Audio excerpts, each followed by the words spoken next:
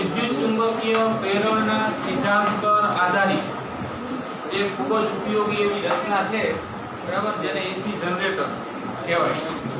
આપણે જે પણ કંઈ વિદ્યુત ઉર્જાનો ઉપયોગ કરીએ છીએ, બરાબર, આ રચનાને કારણે ફેરેના વિદ્યુત ચુંબકીય પ્રેરણના સિદ્ધાંતનો ઉપયોગ કરી અને યાંત્રિક ઉર્જાનું વિદ્યુત ઉર્જામાં રૂપાંતરણ કરી શકાય છે અને આપણે વિદ્યુત ઉર્જા મેળવી શકીએ, બરાબર. એટલે કે એસી જનરેટર એ વિદ્યુત ચુંબકીય પ્રેરણના સિદ્ધાંત પર કાર્ય કરી યાંત્રિક ઉર્જાનું વિદ્યુત ઉર્જામાં રૂપાંતરણ કરે છે.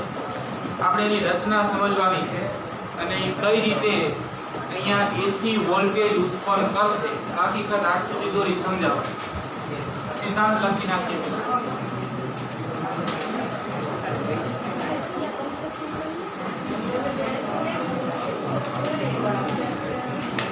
વિદ્યુત ચુંબકીય પ્રેરણના સિદ્ધાંત પર કામ કરે.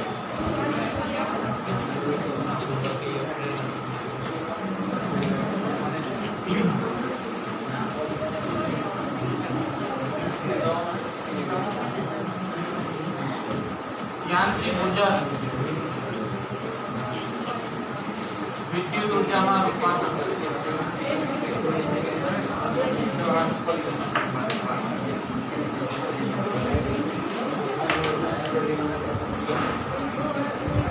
બરાબર, રચના આકૃતિ દોરીએ તો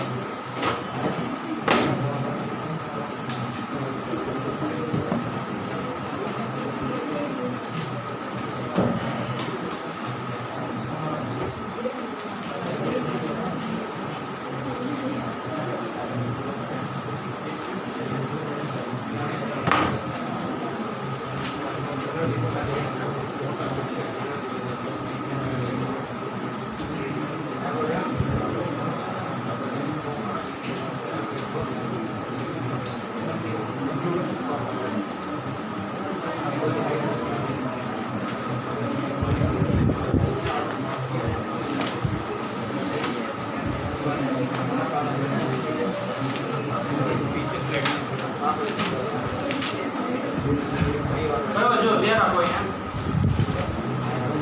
એસી જનરેટરની આ રેખાકૃતિ દર્શાવેલી છે. રચના બરાબર સિમ્પલ જ છે. જો બે કાયમી ચુંબકોનો ઉપયોગ કરવામાં આવે. એક ચુંબક એક બાજુ રાખેલું છે, બીજું ચુંબક વચમાં ગેપ રાખી અને સામે રાખેલું છે. બે ચુંબકોના વિજાતીય ધ્રુવો સામે આવે એવી રીતે બે ચુંબકો ગોઠવેલા. આ બાજુના ચુંબકનો અહીંયા N ધ્રુવ છે, સામેના ચુંબકનો અહીંયા S.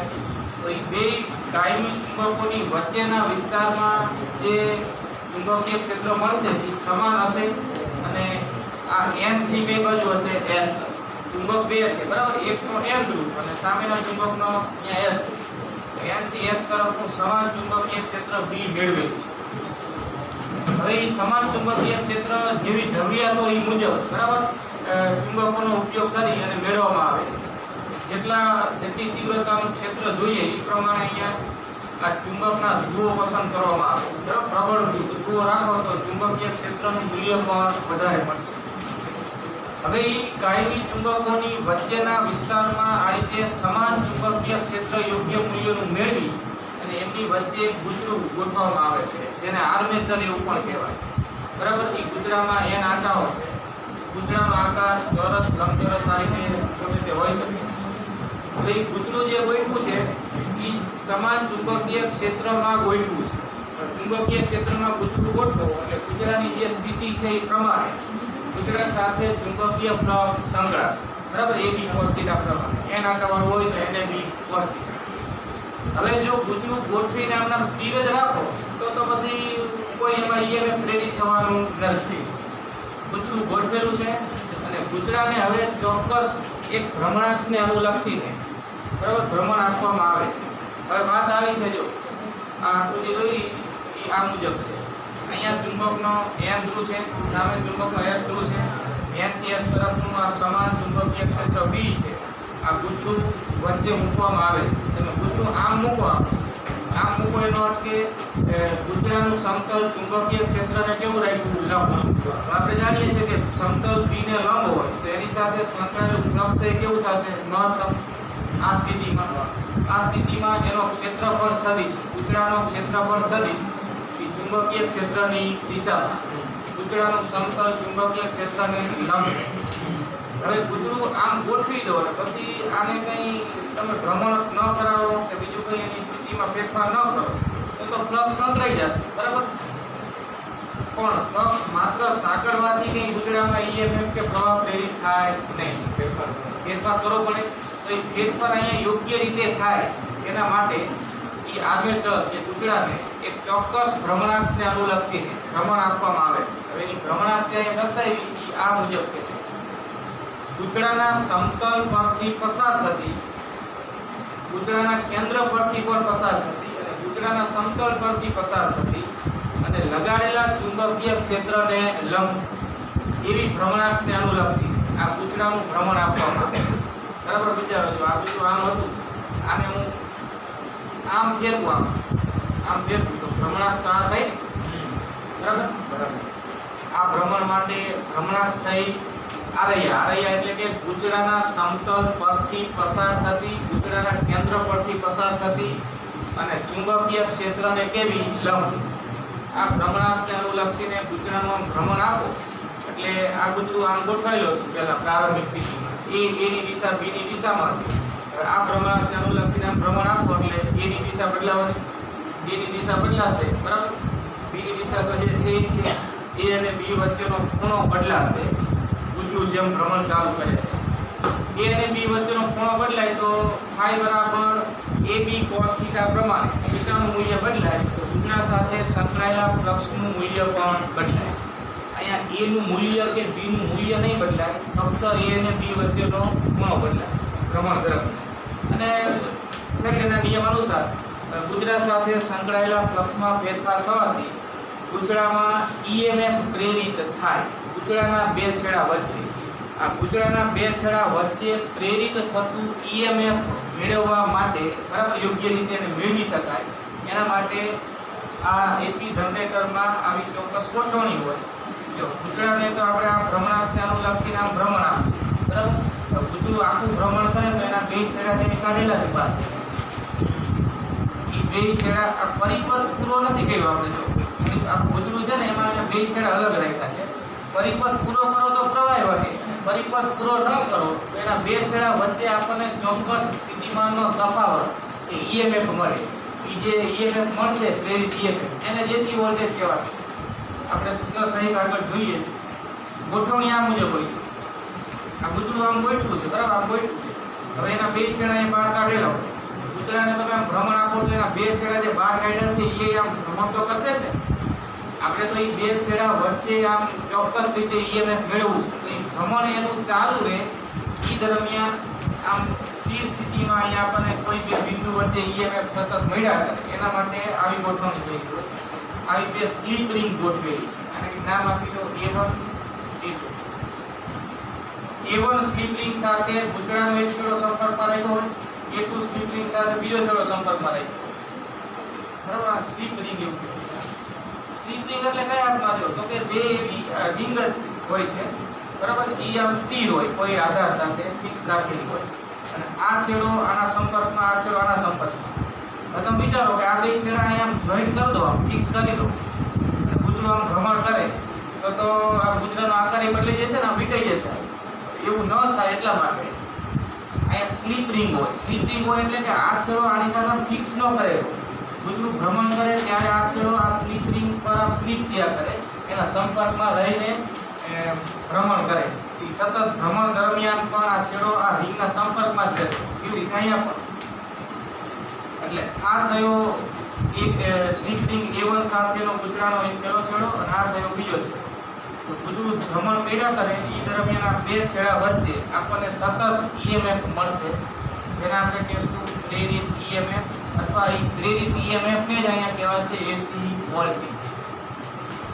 EMF એટલે કે સ્થિતિમાનનો તફાવત, જેને આપણે અહીંયા કહીશું હવે AC વોલ્ટેજ. બરાબર, બસ આગલી વાત છે. બરાબર, આ રીતે ફેરેડેના નિયમ અનુસાર વિદ્યુત ચુંબકીય પ્રેરણના સિદ્ધાંત પરથી પૂતળાના ભ્રમણ દરમિયાન આપણને એના બે છેડા વચ્ચે સતત EMF મળશે, એને જ કહેવાય AC વોલ્ટેજ. બરાબર, જે આપણને વિદ્યુત ઉર્જા મળે છે એમાં યાંત્રિક ઉર્જાનું વિદ્યુત ઉર્જામાં કન્વર્ઝન કરવું પડે છે. અને એ કન્વર્ઝન કોના વડે થાય છે? AC જનરેટર વડે. બરાબર, પછી જુદી જુદી પરિસ્થિતિમાં પૂતળાને ભ્રમણ આપવા માટે જે યાંત્રિક ઉર્જા પૂરી પાડવામાં આવે એ જુદી જુદી રીતે પૂરી પડાય. જેમ કે કોઈ હાઇડ્રો ઇલેક્ટ્રિક પાવર સ્ટેશન હોય, બરાબર, કે જેમાં ખૂબ ઊંચાઈથી પડતા પાણીના ધોધ વડે પૂતળાનું ભ્રમણ કરાવી શકાય. એટલે કે અહીંયા યાંત્રિક ઉર્જા આપણે પાણીના ધોધ વડે મેળવી છે અને આ પૂતળાનું ભ્રમણ કરાવો તો પછી આ જનરેટર વડે આપણને EMF મળશે કે વિદ્યુત ઉર્જા મળશે. એને હાઇડ્રો ઇલેક્ટ્રિક પાવર સ્ટેશન કહેવાય. બરાબર, નર્મદા ડેમ પર જે બધા જનરેટર ગોઠવા છે એ બધા હાઇડ્રો ઇલેક્ટ્રિક કહેવાય, કે જેમાં અમુક ઊંચાઈથી પાણીના ધોધની ઉર્જાનો ઉપયોગ કરી પૂતળાનું ભ્રમણ કરાવાય છે. અહીંયા યાંત્રિક ઉર્જા પાણીના ધોધ વડે મેળવાય છે અને એનું વિદ્યુત ઉર્જામાં રૂપાંતર થાય છે. તમે થર્મલ પાવર સ્ટેશન એવો શબ્દ વાપરો, થર્મલ પાવર સ્ટેશન, એનો અર્થ એવો થાય કે જ્યાં AC જનરેટરના પૂતળાને ભ્રમણ આપવા જે ઉર્જા જોઈએ એ કોલસા જેવા બળતણોના દહન વડે મેળવવામાં આવે છે અને એ ઉર્જા વડે પૂતળાનું ભ્રમણ કરાવી શકાય અને એનું વિદ્યુત ઉર્જામાં રૂપાંતર થઈ શકે. Thermal power station. Nuclear power સ્ટેશનનો અર્થ એવો થાય કે જ્યાં રેડિએક્ટિવ પદાર્થોના વિખંડન જેવી પ્રક્રિયાને અંતે મળતી પુષ્કળ પ્રમાણમાં ન્યુક્લિયર ઉર્જા જે મળે છે, બરાબર, વિખંડન જેવી પ્રક્રિયાઓના અંતે એ ન્યુક્લિયર ઉર્જાનો ઉપયોગ કરી અને આ પેચર કે પૂતળાનું ભ્રમણ કરાવી શકાય અને એનું વિદ્યુત ઉર્જામાં રૂપાંતર થઈ શકે. તો ટૂંકમાં મૂળ સિદ્ધાંત તો આ પૂતળું ફેરવવું પડે, પછી ફેરવવા માટે જે યાંત્રિક ઉર્જા જોઈએ એ કેવી રીતે તમે મેળવો છો એની પર આધારિત બધા પાવર સ્ટેશનના નામ. બરાબર, હાઇડ્રો ઇલેક્ટ્રિક પાવર સ્ટેશન પાણીના ધોધનો ઉપયોગ થાય પૂતળાના ભ્રમણ માટે. ન્યુક્લિયર પાવર સ્ટેશનમાં ન્યુક્લિયર ઉર્જાનો ઉપયોગ થાય પૂતળાના ભ્રમણ માટે. થર્મલ પાવર સ્ટેશનમાં કોલસાનો ઉપયોગ થાય બળતણ તરીકે પૂતળાને યાંત્રિક ઉર્જા પૂરી પાડવા અને આ હકીકત કરતી પછી યાંત્રિક ઉર્જાનું વિદ્યુત ઉર્જામાં રૂપાંતર થઈ શકે. બરાબર, તો આવા નામ પણ ધ્યાનમાં રાખજો. Hydro electric power station, thermal power station, nuclear power station. ગમે તે પાવર સ્ટેશન હોય, મૂળ સિદ્ધાંત તો બધે આ જ. પૂતળાનું ભ્રમણ કરાવો કોઈ રીતે, બરાબર, એટલે યાંત્રિક ઉર્જાનું રૂપાંતર કઈ ઉર્જામાં? વિદ્યુત ઉર્જા. એટલે મૂળ જે રચના છે એ આ છે. પછી પૂતળાનું ભ્રમણ માટે તમે યાંત્રિક ઉર્જા કઈ રીતે પૂરી પાડો એ પ્રમાણે જુદા જુદા પાવર સ્ટેશનના નામ આપે છે. બરાબર, તો બસ આટલી જ વાત જે છે તમે અત્યાર સુધી ભણ્યા ચેપ્ટરમાં એ છે. બરાબર, પ્રેરણ જ છે, ફ્લક્સમાં ફેરફાર થાય એટલે પ્રેરણ થાય, એસી વોલ્ટેજ મળે. હવે થોડી માહિતી આપી દો રચનાની અને આપણે સૂત્ર બનાવીએ. પછી આ બધું છે ને જરૂરિયાત પ્રમાણે બધું આ ગોઠવેલું હોય. કેટલા ચુંબકીય ક્ષેત્રની જરૂર છે એ પ્રમાણે આ ચુંબકીય ધ્રુવોની પ્રબળતા નક્કી થતી. ગુજરાતમાં આપણે EMF કેટલું મેળવવું છે અમુક સમયગાળા કાર્યક્ષમતા પ્રમાણે એમાં આંટાઓની સંખ્યા નક્કી કરેલી. ગુજરાતના પરિભ્રમણની આવૃત્તિ ફિક્સ કરેલી. બરાબર, ભારત દેશમાં આ આવૃત્તિ ફિક્સ. કોઈ પણ પાવર સ્ટેશન પર જે એસી જનરેટર હોય એના ગુજરાતના ભ્રમણની આવૃત્તિ 50 હર્ટ્ઝ હોય છે. પર સેકન્ડે કેટલા ભ્રમણ કરે? 50 હર્ટ્ઝ આવૃત્તિ ફિક્સ કરેલી છે. તો હવે જો આ ધ્યાન આપો, આટલી માહિતી આપી દો. રચના ચુંબકના બે કાયમી ધ્રુવોની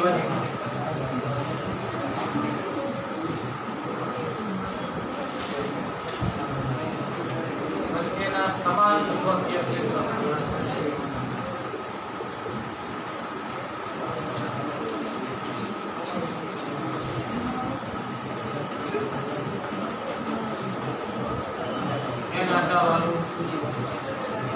કુચું અથવા એને આર્મેચર એવું પણ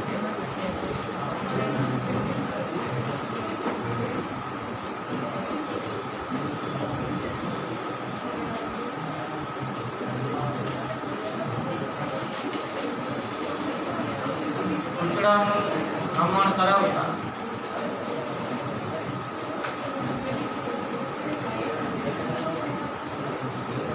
કૂતરાને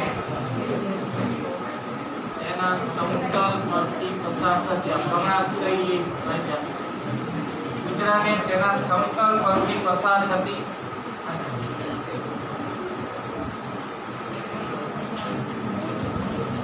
અને ચુંબકીય ક્ષેત્રને લંબ એવી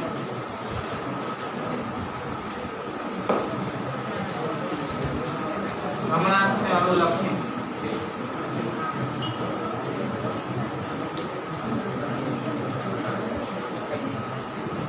ભ્રમણ કરાવતા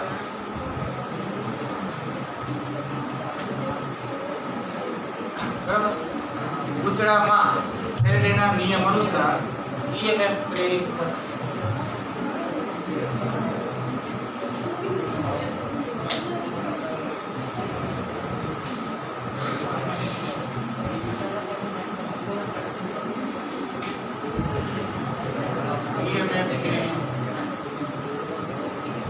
હવે આપણે કૂતરાની પ્રારંભિક સ્થિતિ આવી લઈ કે A ની દિશા B ની દિશામાં છે. t બરાબર 0 સમય t બરાબર 0 સમય કૂતરાનો ક્ષેત્રફળ સદિશ A અને ચુંબકીય ક્ષેત્ર B વચ્ચેનો ખૂણો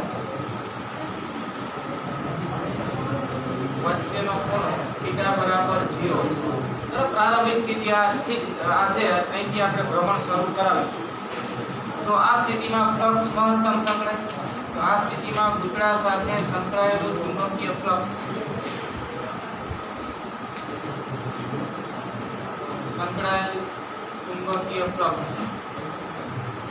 મહત્તમ હશે. I બરાબર NAB cos θ બરાબર 0. બરાબર, મૂળ સૂત્ર છે એ. તો આ I મેક્સિમમ મળે. I મેક્સિમમ બરાબર NAB. પ્રારંભિક સ્થિતિ આ છે. મહત્તમ ફ્લક્સ સાયકલ છે પ્રારંભિક સ્થિતિ. હવે આ કૂતરાને આપણે ઓમેગા જેટલા કોણીય વેગથી ભ્રમણ શરૂ કરાવીશું. બરાબર, ઓમેગા જેટલા કોણીય વેગ. અહીંયા ઓમેગા છે એ કૂતરાના ભ્રમણનો કોણીય વેગ છે. તો કૂતરાને ઓમેગા જેટલા કોણીય વેગથી ભ્રમણ કરાવતા t સમયને અંતે કૂતરાનું કોણીય સ્થાનાંતર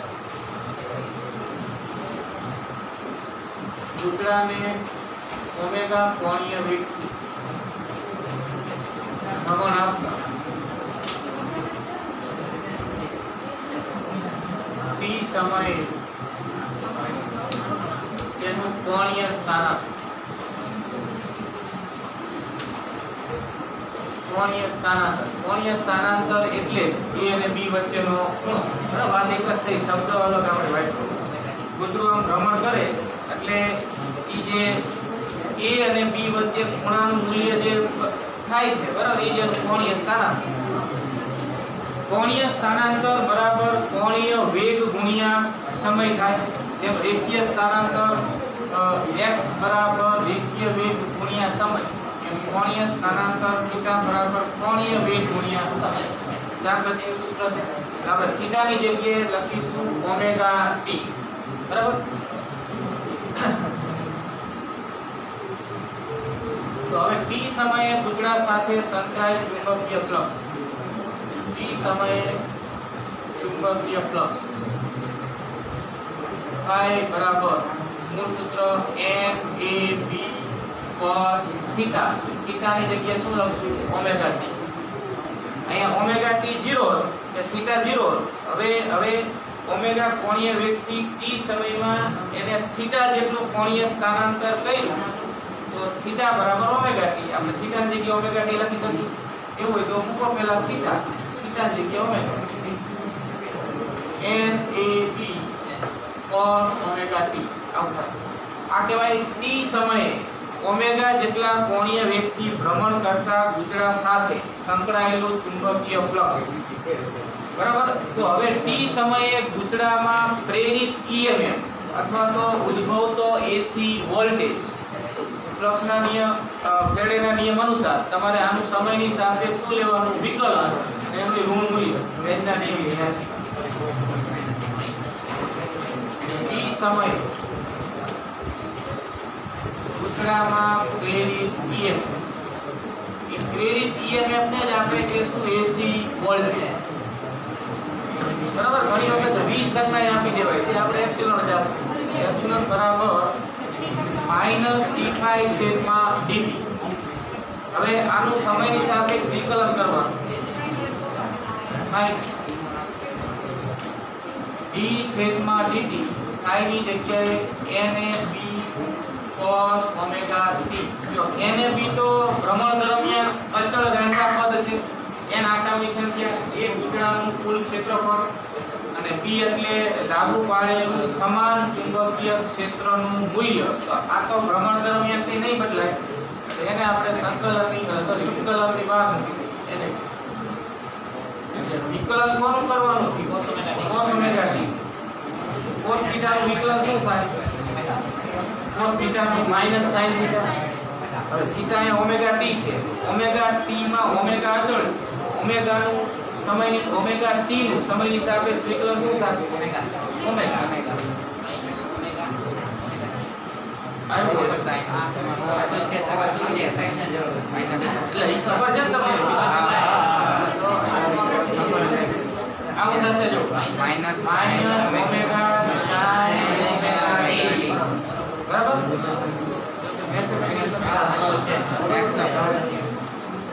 હવે NAB omega sin omega t આવું થાય. આ માઈનસ ને માઈનસ પ્લસ. તો આ થયું ગુચડામાં t સમયે પ્રેરિત EMF. હવે તમે આ સૂત્ર પરથી કહી શકો છો.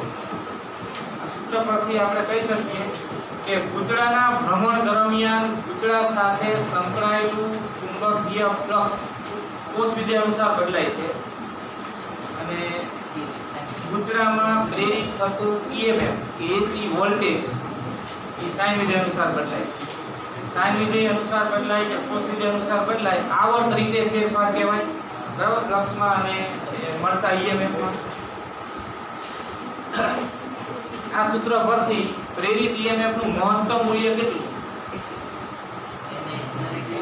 NAB omega. જ્યારે sin ઓમેગા t 1 થાય ત્યારે ફ્લક્સ કેવું થાય? મહત્તમ. જ્યારે sin ઓમેગા t -1 થાય ત્યારે પણ ફ્લક્સ EMF ત્યારે પણ EMF કેવું થાય? મહત્તમ. પણ ઈ ધનમાં પેલું ઋણમાં દિશા જુદી. બરાબર. ટૂંકમાં સાઇન વિધેય અનુસાર આવર્ત રીતે અહીંયા AC વોલ્ટેજનું મૂલ્ય બદલાશે. જે અહીંયા મળે જ્યાં ઓમેગા બરાબર આપણે આવું લખી શકીએ. ઓમેગા બરાબર 2πf. ઓમેગા બરાબર 2πf. એફ એટલે પૂતળાના ભ્રમણની આવૃત્તિ, એફ ઓમેગા એટલે કોણી આવૃત્તિ.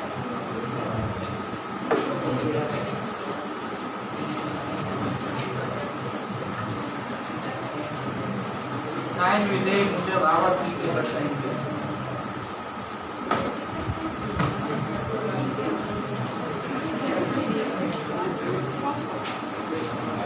બરાબર, એટલે હજી આ પૂરું ન થઈ ગયું. આ તો આપણે સૂત્ર બનાવી. હવે આપણે શું કરવાનું છે? જો આ ગુજરાની પ્રારંભિક સ્થિતિ જે આ લીધી હતી ને, a અને b વચ્ચેનો ખૂણો 0 છે, એ ગુજરાનું આખું એક ભ્રમણ પૂરું કરાવવાનું. 0 માંથી π/2, π/2 માંથી π, π માંથી 3π/2, 3π/2 માંથી 2π. એ દરેક સ્થિતિ માટે ફ્લક્સ કેટલું, પ્રેરિત EMF કેટલું એ મેળવવાનું. પછી એનો આલેખ દોરવો અને એના પરથી આપણે કહી શકશું કે ક્યારે ક્યારે પ્રેરિત EMF શૂન્ય થાય, ક્યારે ક્યારે મહત્તમ. આટલું લખી નાખ. દરેક સ્થિતિમાં એની સાથે ફ્લક્સ કેટલું અને ગુજરાની દરેક સ્થિતિમાં એમાં કેટલું EMF પ્રેરિત થશે, કેટલું AC વોલ્ટેજ મળશે. સૂત્ર બનાવવાના છે. મૂળ સૂત્ર હવે આપણે જાણીએ છીએ કે phi બરાબર NAB cos omega t, પ્રેરિત EMF NAB omega sin omega. બરાબર, એક sin અનુસાર આવર્ત રીતે બદલાશે. ફ્લક્સ છે એ કોસ અનુસાર. આપણે ગુજરાની જુદી જુદી સ્થિતિ લેતા જઈએ તો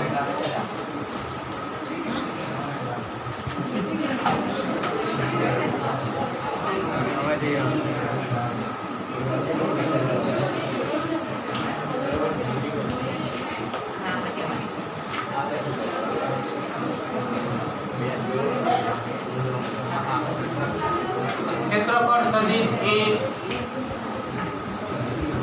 b ની દિશામાં છે. તો થીટા બરાબર ઓમેગા t બરાબર 0. તો phi કેટલું થાય છે? ઉપર સૂત્રમાં ઓમેગા t ના સ્થાને 0 મૂકો, cos 0 1 થાય. તો phi બરાબર પ્લસ NAB. બરાબર, ચુંબકીય ક્ષેત્ર જે આ છે ને એ બે ધ્રુવોની વચ્ચે કણક લેવી દીધા. ગુજરાની જુદી જુદી સ્થિતિ દર્શાવી દઈએ. થીટા બરાબર ઓમેગા t બરાબર 0 હોય ત્યારે ફ્લક્સ મહત્તમ, EMF કેટલું? તો અહીંયા ઓમેગા t ના સ્થાને 0 મૂકો. Omega t 0, theta 0, 0. બરાબર, હવે ગુજરાનું આપણે ભ્રમણ કહીશું. બરાબર, આ બેઉ નાખો π/2.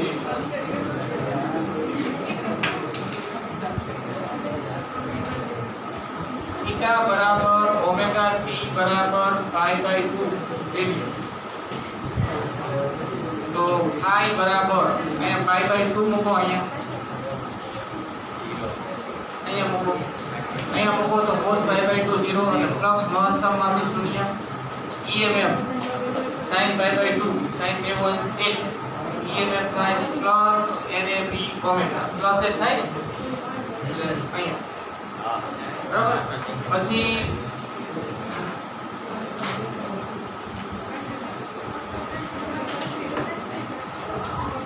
a ની દિશા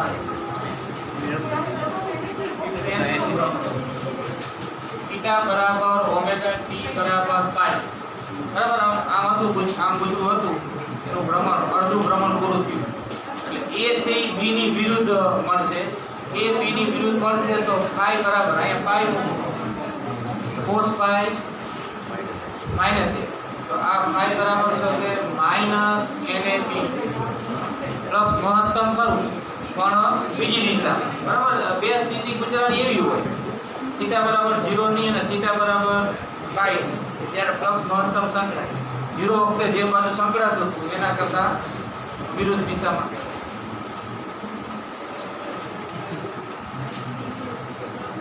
અહીંયા પાઈ મૂકો, sin પાઈ કેટલા થાય? 0. EMF મહત્તમ માંથી 0 થઈ.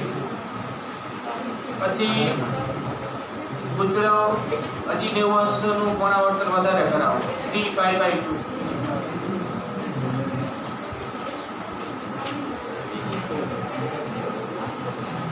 થીટા બરાબર ઓમેગા t બરાબર 270 અંશ અથવા 3π/2। તો અહીંયા 270 અંશ કે 3π/2 મૂકો। cos 3π/2 શું થાય? cos 270 અંશની કિંમત 0 થાય। અને sin 3π/2 -1 માઈનસ NAB ઓમેગા થાય ને। અને હવે ગતિની સ્થિતિ પાછું એક રાઉન્ડ પૂરું કરી લેવાનું। પૂછું હવે મૂળ સ્થિતિ આખું રાઉન્ડ પૂરું બરાબર। અહીંથી આમ દેવનું ભ્રમણ, પછી 180, 270, 360 એ જેમાં લખો તો થીટા બરાબર ઓમેગા ટી બરાબર 2π બરાબર। cos 2π plus a plus NAB અને sin 2π 0 અને 2π નું બરાબર 0 બરાબર। તો આ રીતે જો તમે જોઈ શકો કે ચુંબકીય ફ્લક્સ છે કોષ વિધેય અનુસાર બદલાવું। મહત્તમ માંથી 0, 0 માંથી બીજી બાજુ મહત્તમ, એમાંથી 0 અને અહીંયાથી ફરી પાછું મહત્તમ। એક રાઉન્ડ પૂરું થયું ગુચડાનું ફ્લક્સ આ મુજબ બદલાવું અને પ્રેરિત EMF આ મુજબ બદલાવું। જો 0 માંથી એક બાજુ મહત્તમ, પછી 0 અને બીજી બાજુ મહત્તમ, -NAB ઓમેગા એટલે બીજી સાઈડ મહત્તમ, ફરી પાછું બરાબર। એટલે સાઈડ લીધે અનુસાર કરીએ તો આપણે અહીંયા આલેખ દોરી દઈએ જોઈએ। આલેખ કે નો ફેરફાર દર્શાવે ઓમેગા ટી વિરુદ્ધ phi ફ્લક્સ અને ઓમેગા ટી વિરુદ્ધ પ્રેરિત EMF ઉપર આમ ધન નીચે ઋણ બરાબર।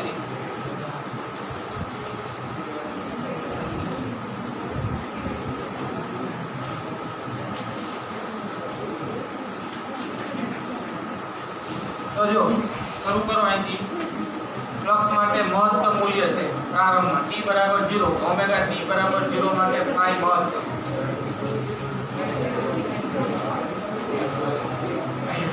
બરાબર। પછી ઓમેગા t નું મૂલ્ય π/2 થાય ત્યાં સુધીમાં ફ્લક્સ મહત્તમ માંથી 0 થયું આવું થશે। પછી π/2 માંથી પાઈ થાય ઓમેગા તો ફ્લક્સ બીજી દિશામાં મહત્તમ થયું અહીંયા પાઈ ઓમેગા t બરાબર પાઈ। પછી પાઈ માંથી 3π/2 થાય, પાઈ માંથી 3π/2 તો ફરી પાછું ફ્લક્સ નું મૂલ્ય મહત્તમ માંથી 0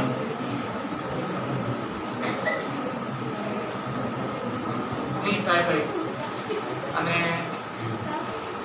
3π/2 માંથી પાઈ 2π જ્યારે થાય ત્યારે ફરી પાછું ફ્લક્સ નું મૂલ્ય ધનમાં મહત્તમ આવું થશે બરાબર।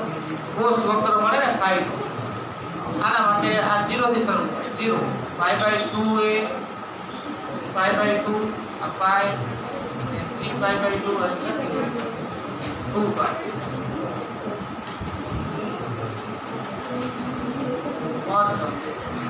પછી ફરી પાછું 0 પાઈ એ 0 3π/2 એ ઋણમાં મહત્તમ અને 2π એ 0 આ સાઈન વક્ર મળે બરાબર। તો કયા સમયે t બરાબર 0 થી ટુકડાના એક ભ્રમણ દરમિયાન સ્ટાર્ટ કરે ગુચવું જ્યારે t બરાબર 0 તો ભ્રમણ દરમિયાન કયા સમયે કોણીય આવૃત્તિના સ્વરૂપમાં કયા સમયે ગુચડામાં પ્રેરિત EMF 0 થાય?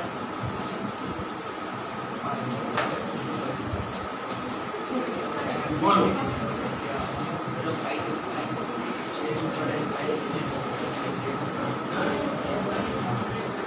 t બરાબર 0 હોય તો 0 છે જ ને, બીજા કયા સમયે 0? t બરાબર π/ω સમયે અને t બરાબર 2π/ω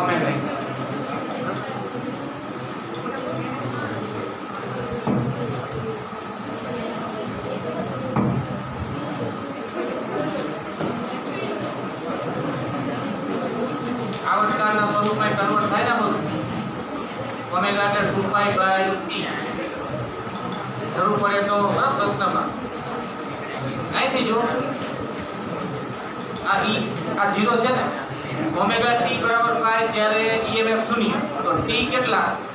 તો કે ઓમેગા છેદમાં લઈ લો તો t બરાબર π છેદમાં ઓમેગા સમયે EMF શૂન્ય થાય. અને બીજો અહીંયા શૂન્ય છે, t બરાબર 2π/ઓમેગા સમયે EMF શૂન્ય.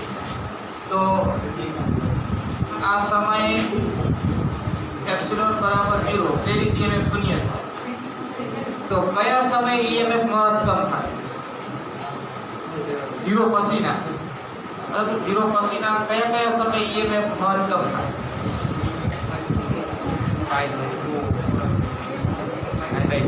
પાઈ છેદમાં 2 ઓમેગા મહત્તમ.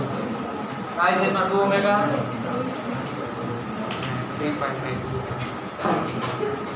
3π/2 ઓમેગા.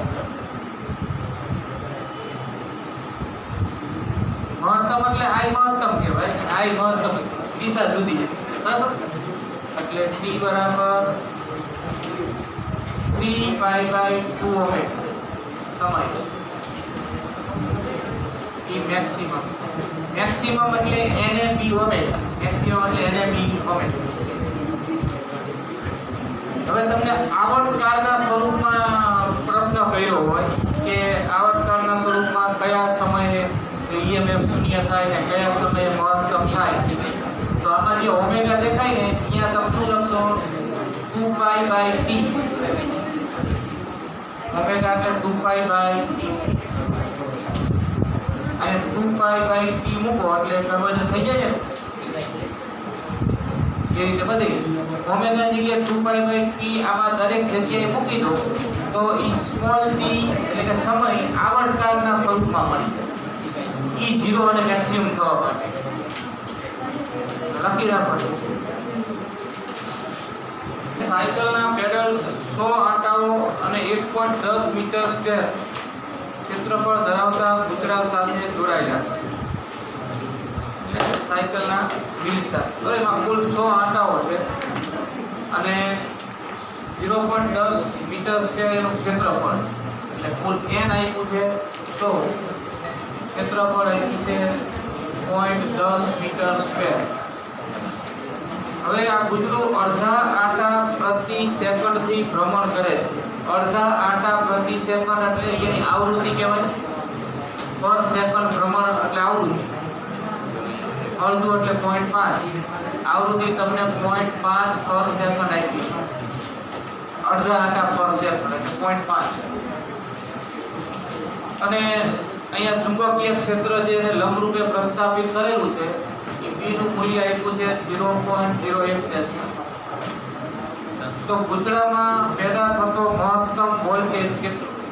મહત્તમ વોલ્ટેજ એટલે મહત્તમ પ્રેરિત EMF. તમે ડાયરેક્ટ જ આપી દો NAB ઓમેગા. ઓમેગા એટલે 2πm.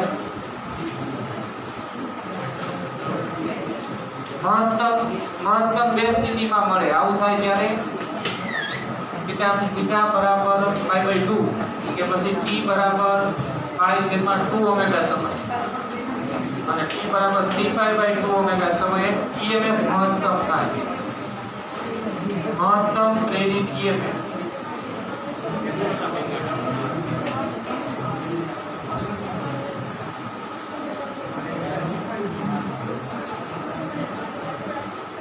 E maximum